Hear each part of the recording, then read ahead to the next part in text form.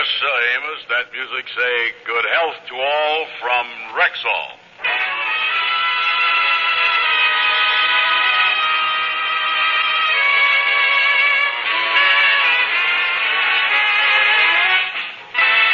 The 10,000 independent Rexall Druggists of America proudly present transcribed Amos and Andy's 10,000th radio broadcast. Written by Joe Connolly and Bob Mosier, and featuring Johnny Lee, Lillian Randolph, Madeline Lee, Fred Clark, Herbert Rawlinson, Millie Bruce, Eleanor Harriet, Leo Cleary, Jeff Alexander's music, yours truly, Harlow Wilcox, and starring radio's all-time favorites, Freeman Gosden and Charles Correll. Amos and Andy.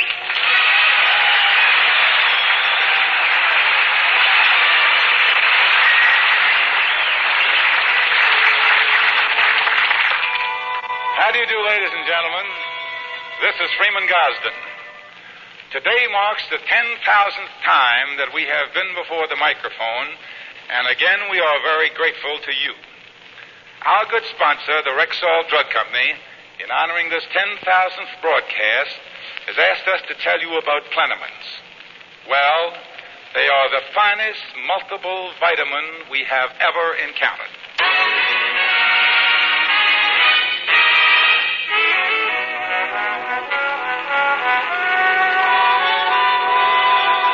Ladies and gentlemen, tonight is quite a memorable evening in the history of Amos and Andy.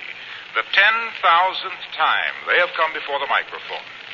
And to take you back in spirit to those early days, here is the voice that was so long associated with Amos and Andy, Bill Hay.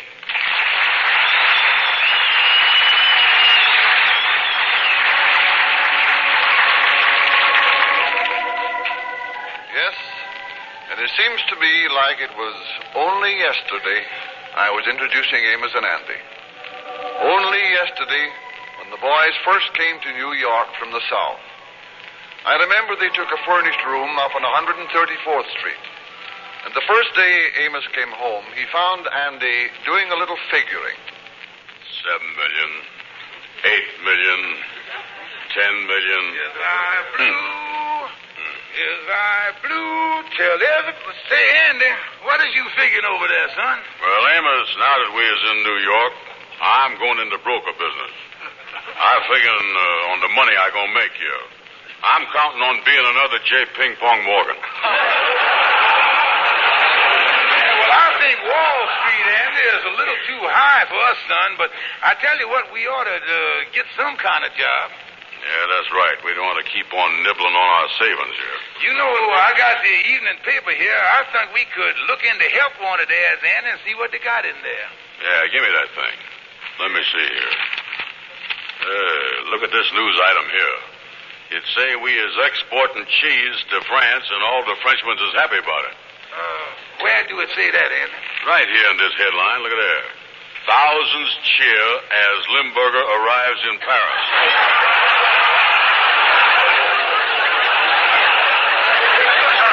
Oh, no, Andy, that's Lindbergh. Oh. Yeah, the want ads is inside the paper, Andy, toward the back there. Oh, yeah. Here we is. Yeah, say, look at that, Andy. They show us a lot of ads for taxi cab drivers. Yeah, you think we could get a job driving a cab, huh? No, we got $400 saved, Andy, and I was just thinking, maybe me and you could get a cab of our own. Buy a cab, Amos, check, and double check.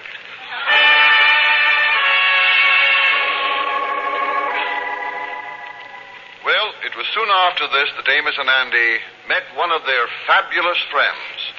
It was Andy who met him first. One afternoon, Andy joined a crowd on the sidewalk watching a new skyscraper going up in downtown New York. Boy, they sure puts these buildings up high. Yes, sir, they really up. Hey, excuse me for protruding, mister, but ain't you got a hold of my watch chain? Your watch chain, so I does. Yeah, well, how you like that? Yeah, one of these solid gold cufflinks of mine must have hooked on your watch chain there. But it's lucky I done remembered what my grandmother told me before I left home. I got my watch chain attached to my underwear. As soon as I felt my BVDs creeping up on me, I knowed something was wrong. allow me to introduce myself, stranger. The name is Stevens, George Kingfish Stevens. Kingfish? Yeah, they call me that because I is the head of that great fraternity, the Mystic Knights of the Sea. How you do? I is Andrew Hogg Brown from Marietta, Georgia. You see, me and my friend Amos Jones just got to New York, and we think about buying a taxi. I got $340 right here in my wallet. Got $340, huh?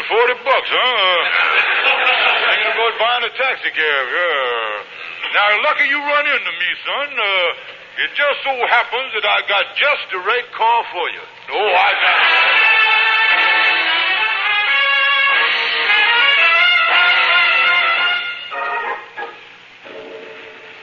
Yes, sir, Amos. There she is, parked at the curb. Our new taxi cab. Yeah, well, I know this fella you called the Kingfish that you met give you a bargain, Andy, but the top of this thing is all sheared right off. Look at there.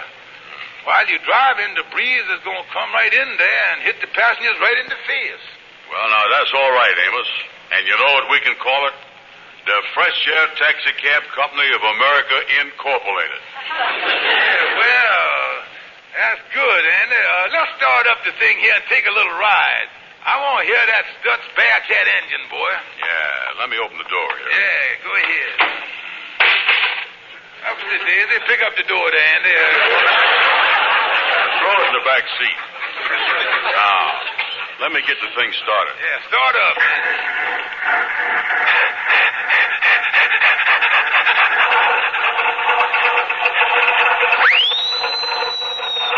Holy mackerel, Andy. Listen to that Bearcat motor. Yeah, it sounds like the bear is chasing that cat all around it. Andy, she's boiling over. Uh-oh, there go the radiator cap. There goes the radiator, too, Andy. Yeah. Look at that, Andy, the flame. Yeah, let me...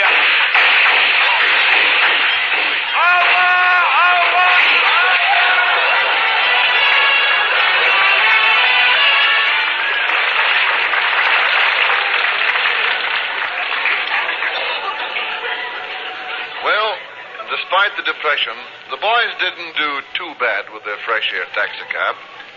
Then, one Sunday after church services, love came to Amos Jones. The minister is standing at the front door of the church talking to a young girl as Amos approaches. Excuse me, sir. I just want to tell you how much I enjoyed the services today. They sort of hit home with me, especially that part about the golden rule. Thank you, Amos. You two know each other? Amos Jones, this is Miss Taylor. Miss Taylor? Yes, Ruby Taylor. Yeah, how you do? I'm glad to know you. Thank you. Same to you. Well, I hope you'll be here next Sunday. Yes, I'll be here. Thank you, sir, and goodbye. Goodbye. Is you going down this way? Yes. Mind if I walk with you, Miss Taylor, Ruby? Not at all, Mr. Jones. Amos.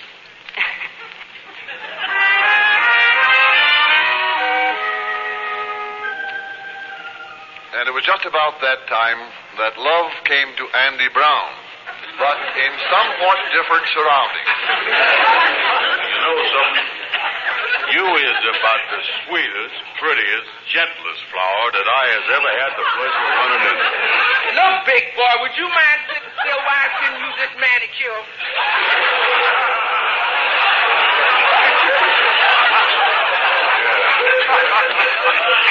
Yeah, but you know something? You is the cutest hunk of female gender I done eyeballed in a long time.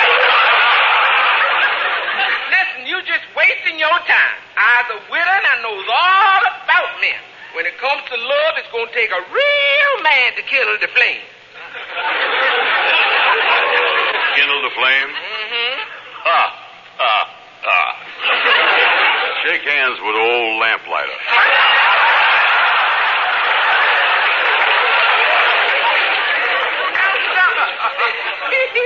You is kind of cute at that. I can see you is a sugar daddy. That's my one big requirement. I can see you as a woman. That is my one big requirement. Oh, poo-poo-ba-doo. Oh, razzmatazz. know, my name is Andrew H. Brown. What's yours, honey? You can just call me Madam Queen.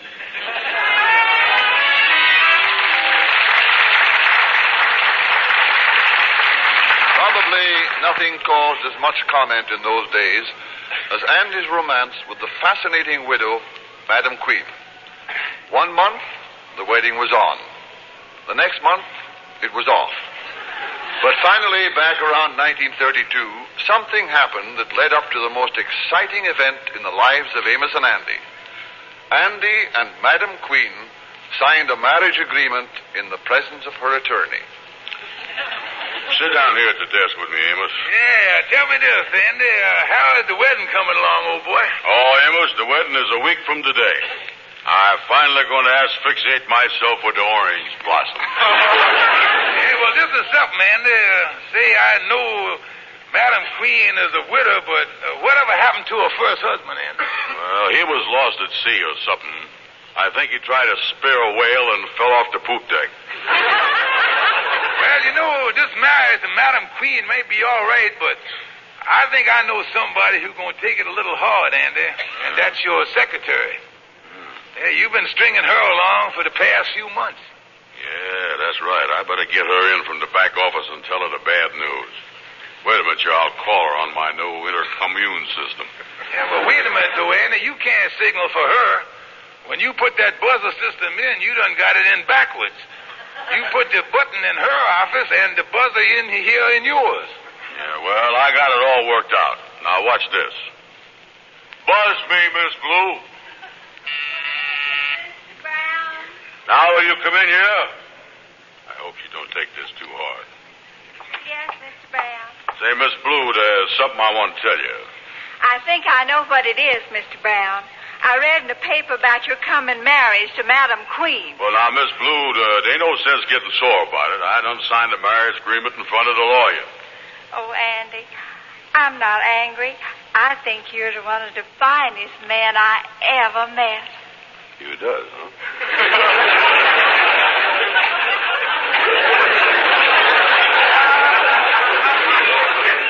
Oh, Andy, all my life I'll cherish the memory of the time we spent together.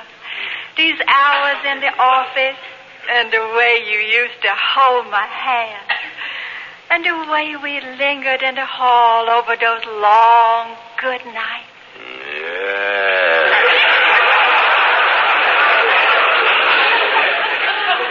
Well, Amos, I wonder how binding that agreement is. Amos. What is it, Andy?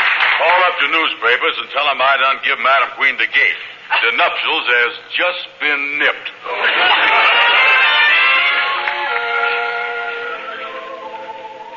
Well, if you remember, Madam Queen didn't take the news sitting down. The next Andy knew, she had started legal action. You mean Madam Queen is going to sue you for breach of promise, Andy? Yeah, and Amos, I is scared. She has done engaged the law firm of Steel, Stone, Hard Rock, and Flint.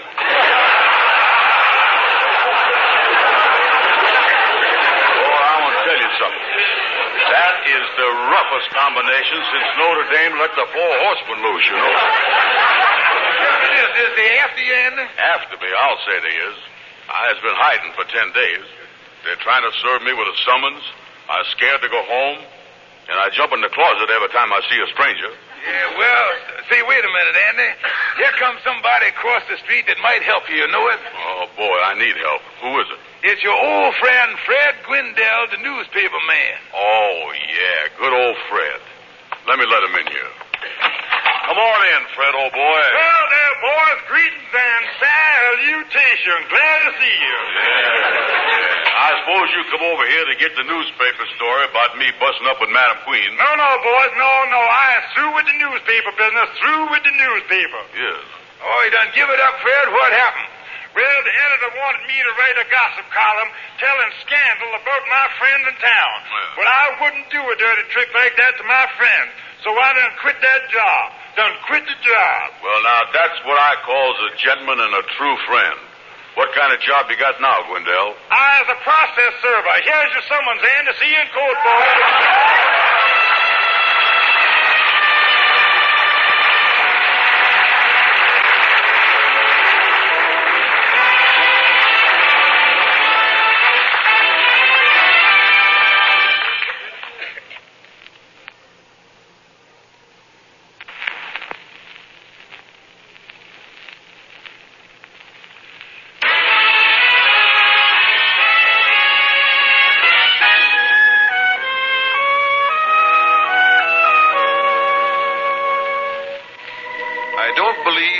In the history of Amos and Andy ever got a more exciting grip on the people of America than the trial of Madam Queen versus Andy Brown. It was the Kingfish who got Andy the lawyer. Yes, I remember the day that Andy and the Kingfish walked into the office of the one and only Algonquin J. Calhoun. Calhoun, excuse me. I didn't know you was busy. Be with you in a minute, boys. I'm on the phone here talking to a client of mine up at Sing Sing. Hello? What's that, client? You say they done shaved your head. And you say they done slit your trouser leg. What's that? The warden said you can have anything you want for supper. Oh, and you want my advice? Well, whatever you do, bub, don't sit down.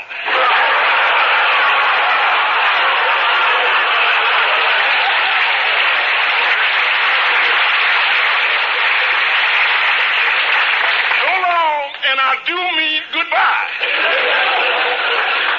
Oh, me. And this is my lawyer, Kingfish Eyes Gosden.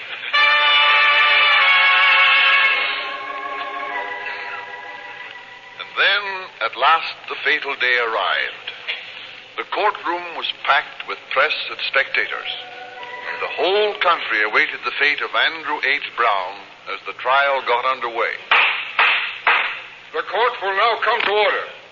I'd like to warn the spectators that although this is a highly controversial case, the court will tolerate no emotional outbursts from anyone in this courtroom. Is the counsel for the plaintiff ready? We are ready, Your Honor. Is the counsel for the defendant ready? We ready as we ever gonna be.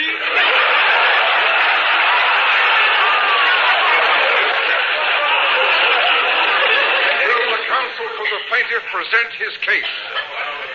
Oh, I was scared, Amos. They got an all-woman jury. Look at them sitting there in that box. Andy, it's their duty, though, to be fair. Fair. They're sitting up there like 12 cats in front of a rat hole.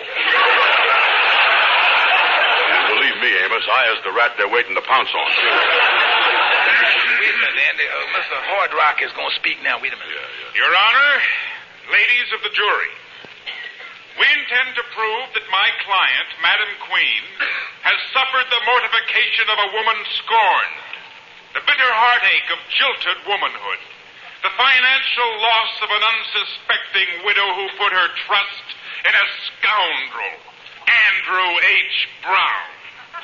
I intend to prove to this court and jury that this vicious reptile Yes, in the next 2 days, there was a long parade of witnesses for the plaintiff. In the heat of the trial, even some of Andy's old friends testified against him, including, of all people, his old buddy, Brother Crawford. Now, Brother Crawford, would you please tell the court just what happened when you introduced the defendant, Andrew H. Brown, for the first time to your 21-year-old niece? Well, he came to call one evening. I introduced him to my niece. My wife and I went into the kitchen to get some coffee for them. And when I returned 3 minutes later, I found him with his arms around her, hugging her. Did he offer any explanation for his conduct? Yes. He said he was teaching her the jiu-jitsu. I see. Well, did you accept that explanation? Well, all I know is if that was the jiu-jitsu, the Japanese certainly have a wonderful time.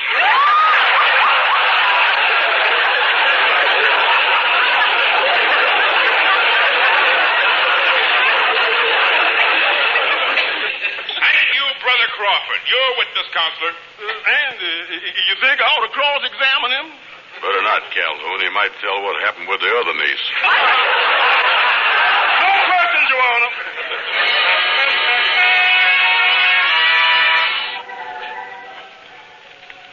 Yes, Madam Queen's attorney left no stone unturned to prove his case that Andrew H. Brown was a philanderer.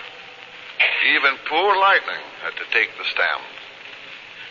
Now, Lightning, you were employed as janitor for the Fresh Air Taxi Cab Company at the time a certain Miss Blue was employed as secretary by Andrew H. Brown.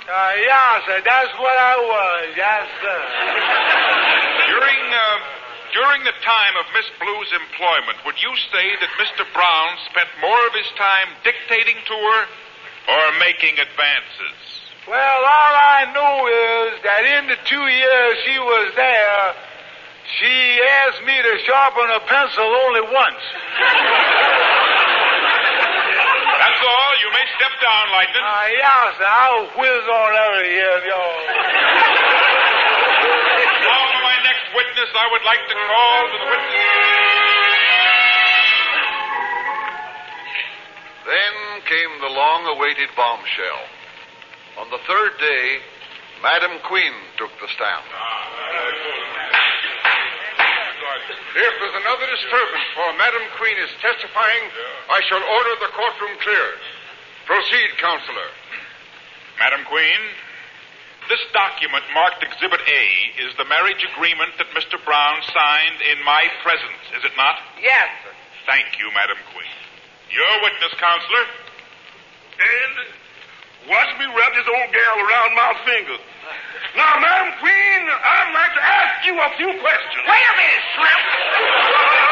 Whose face that you think you is shaking your finger in? Well, What's the matter with you? Ain't you learned no manners at all? Yes, ma'am. Where was you from? Up in a reform school? No, ma'am. Now, there I is. This body like this. Shaking your finger in my face. Ain't you looking for trouble? Your Honor, Yes, Counselor. if the witness is through with me, she can get out off the stand.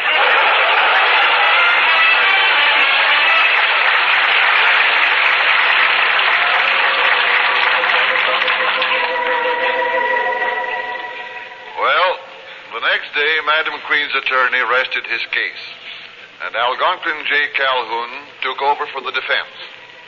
Amos took the stand and did the best he could. And then came the kingfish. Thank you, Mr. Kingfish Stevens. I think you has given a glowing account of poor Mr. Brown's sterling reputation as far as women is concerned. That'll be all. Well, let me get down from here. Stevens, sit where you are. Oh, me, I was afraid of this. Stevens, do you know the meaning of the word perjury? Perjury. Do you know you can go to the penitentiary for deliberately lying to protect your friend? Do you realize that giving false testimony is a criminal offense? Do you realize that everything you've said here can be used against you? Now, what do you have to say about that? Your Honor? Yes, Mr. Stevens. How does I go about turning state's evidence here?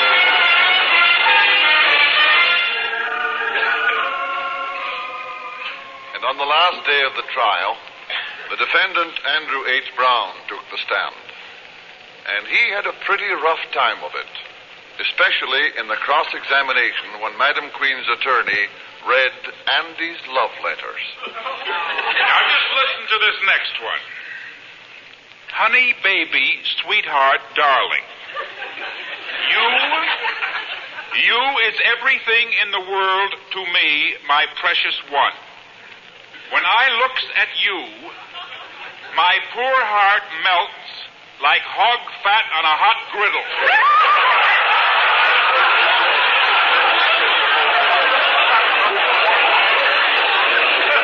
I cannot wait until the day I makes you my child bride, sweet baby doll. Signed, Poopsie. Mr. Brown, did you write this letter?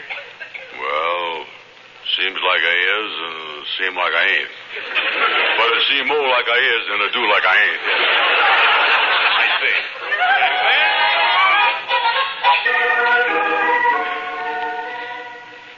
The next day, the testimony was at an end, and the judge made his charge to the jury. Ladies of the jury, in view of the evidence presented by the plaintiff and the futile attempts of the defense attorney to refute the charges, I can hardly see how the jury can fail to bring in a verdict other than guilty as charged. I hereby order that the jury be locked up until such a time as they can... Oh, me, Amos, the jury's been out for 2 hours. I don't know what to do. Oh, yeah. Oh, see, listen, Andy. Yeah, here they come back now. Yeah, they're filing in the jury box. Look at Madam Queen sitting over there. They're going to throw me in jail and everything else. Ladies of the jury, have you reached a verdict? Yes, Your Honor, we have. We, the members of the jury, find the defendant, Andrew H. Brown...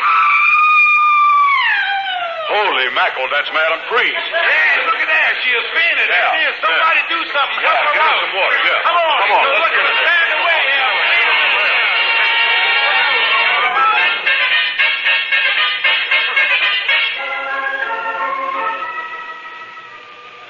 Yes, when Madam Queen screamed and fainted in the courtroom, people everywhere wondered why she had screamed. Very shortly, the judge spoke to the courtroom, and we reached the turning point of the famous Madam Queen breach of promise trial. The court has just ascertained why Madam Queen fainted. She fainted because she saw her first husband, the husband she thought had been lost at sea, seated in the back of the courtroom. Therefore, in view of the fact that Madam Queen already has a husband, the suit against Andy Brown for breach of promise is invalid. Case dismissed. Oh, wonderful, Andy, congratulations, boy. Oh, yeah, thank you, Amos. Thank you, everybody. Thank you. Look, folks, Mr. Brown is exhausted here. Please stand back there. Yeah, come on over here and sit down, Andy. Come on over here. Oh, yeah, Amos, I has done in, you know it. But I'm going to tell you one thing. I has done learned my lesson. Women's has been the ones that's got me into this mess. Women's has got me into trouble all my life. And I tell you, Amos, I promise you right now that I ain't never going to look at no woman again as long as I live. Well, that's fine, Andy. Excuse me, please. What is it, miss? Yeah, you want something? Well, I've been sitting in the court through the whole trial, and my sympathies have been with you through the whole case. And I just wanted to tell you, I know that a man with such beautiful, soulful eyes just couldn't be guilty. Good evening. Excuse me, Amos. Where are you going, Andy? To find her name and address. That is the cutest honey baby doll I've ever seen in my whole life.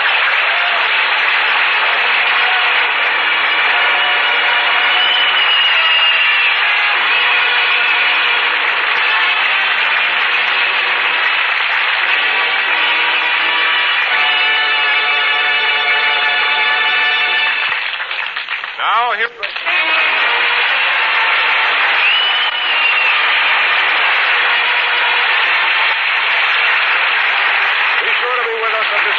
next Sunday, when your Rexall druggist will again present the Amos and Andy Show, directed and transcribed by Cliff Howell. Stay tuned for the Edgar Berg and Charlie McCarthy program, which follows immediately over most of these same stations. This is the CBS Radio Network.